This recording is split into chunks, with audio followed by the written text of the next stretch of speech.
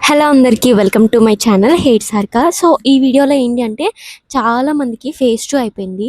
Phase 2 అయిపోయిన తర్వాత phase 3 ఉందా లేదా అనేది చాలా డౌట్స్ ఉన్నాయి కదా.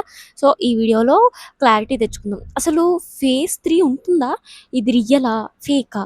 లేకపోతే అందరూ వ్యూస్ కోసం, లైక్స్ కోసం, లేకపోతే వీటి కోసం ఫేజ్ 3 ఉంటుందని చెప్తున్నారా అనేది ఈ వీడియోలో చూద్దామనమాట. సో ఫస్ట్ అనేది ఫేజ్ 3 ఎలా తీస్తారంటే ఫేజ్ 2 కౌన్సిలింగ్ ఎప్పుడైపోతే అప్పుడు ఫేజ్ 3 అనేది తీస్తారు. ఫేజ్ 2లో మిగిలిపోయిన సీట్స్ బట్టి ఫేజ్ 3 అనేది లిస్ట్ తీస్తారు. ఇప్పుడు ఫేజ్ 2లో గనక కంప్లీట్‌గా సీట్స్ అనేవి ఫిల్ అయిపోతే ఫేజ్ 3 అనేది ఉండదు. కాకపోతే ఇక్కడేంటంటే ప్రతి ఇయర్ ఫేజ్ 3 జరగాలనే రూల్ అయితే లేదు. సో, ప్రతి ఇయర్ ఫేజ్ 3 జరగాలనే రూల్ లేదు కాబట్టి ఒకవేళ ఫేజ్ 2లో సీట్స్ మిగలకపోతే ఫేజ్ 3 అనేది ఉండదు.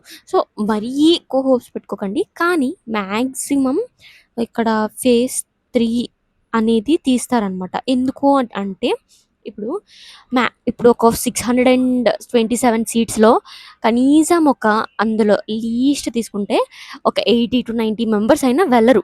లైక్ నేను రీజన్స్ చెప్పున్నాను.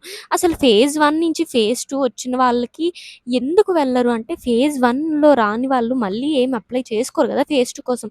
ఫేజ్ 1లో అప్లై చేసిన వాళ్ళే ఫేజ్ 2కి ఎవరు ఎలిజిబులో వాళ్ళని తీస్తారు. సో, ఇప్పుడేంటి ఫేజ్ 1లో రాలేదు అని ఆల్రెడీ జాయిన్ అయిపోయి, సెటిల్ అయిపోయి, ఫ్రెండ్స్ అయిపోయి, ఇంకా మంచి ఇంటర్ కాలేజెస్‌లో ఐఐటీ, జేఈఈ, ఎంసెట్, పాలిటెక్నికల్ ఇలా ఇప్పటికి చూస్తే అకాడమిక్ ఇయర్ స్టార్ట్ అయిపోయింది. ఇది జులై స్టార్టింగ్ మంత్ అనమాట. సో, జూన్ అయిపోయింది. ఇంకా ఇంటర్ కాలేజెస్ ముందే స్టార్ట్ అయిపోయి ఉంటాయి.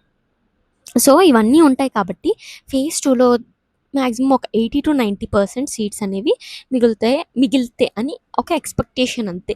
ఇంకా దానికన్నా ఎక్కువ మిగలొచ్చు, దానికన్నా తక్కువ మిగలొచ్చు. అవి కౌన్సెలింగ్ అయిపోయినంకే తెలుస్తదనమాట.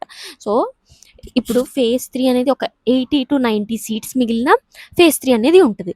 పక్కా ఉంటది ఫేజ్ 3 అలా అయితే. ఒకవేళ లేదు అన్ని సీట్స్ ఫిల్ అయిపోతే ఫేజ్ 3 అనేది ఉండదు. సో, ఎక్కువ హోప్స్ పెట్టుకోకుండా నేను ముందు నుంచే చెప్తూ వచ్చిందేంటంటే జాయిన్ అవ్వండి. కాలేజ్‌లో జాయిన్ అయిపోండి. దాని తర్వాత వస్తే మీరు త్రిబుల్ ఐటీకి వెళ్తారు. రాకపోతే మీరు త్రిబుల్ ఐటీకి వెళ్ళరు. అదే జరుగుతది. ఇప్పుడు స్పెషల్ కేటగిరీ గురించి చూద్దాం. Special category NCC, cap, pH ఇవన్నీ ఫేజ్ 3లో ఇస్తామని చెప్పి నేనిక్కడ ఒక పిక్ యాడ్ చేస్తాను చూడండి. ఇక్కడ ఇలా ఇచ్చారనమాట. సో, ఫేజ్ 3లో ఇస్తాము అనంటే వాళ్ళేం అఫీషియల్‌గా ఫేజ్ 3 ఉంటుందని అనౌన్స్ చేయలేదు. కానీ చేసినట్టే కదా!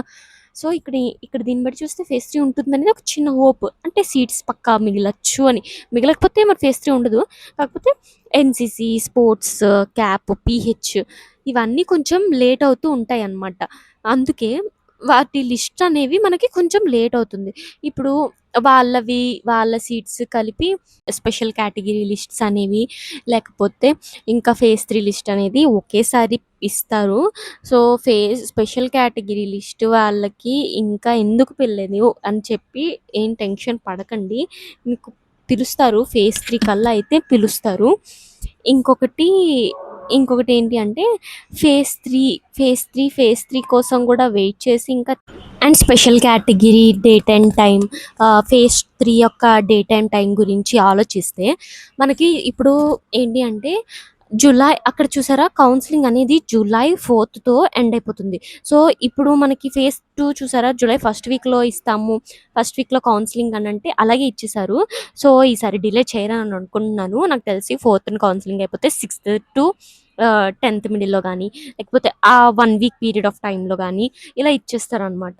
సో, స్పెషల్ కేటగిరీ ఫేజ్ 3 ఒకేసారి ఇస్తారు. కాబట్టి అప్పుడు నాకు తెలిసి జూలై 6th-10th లేకపోతే ఆ వీక్‌లో మీకైతే పక్కా ఇచ్చేస్తారని నేను అనుకుంటున్నా. ఇది ఫేజ్ 3 యొక్క date and time and special category యొక్క డేట్ అండ్ టైమ్. ఇంకా నేను హాస్టల్‌కి రీచ్ అయిపోయాను. సో, ఇంకా దేని మీద వ్లాగ్ చేయాలో నాకి కామెంట్ చేసి చెప్పండి. లైక్ ఫుడ్, ఒంగోలు కాలేజ్ ఎలా ఉంది?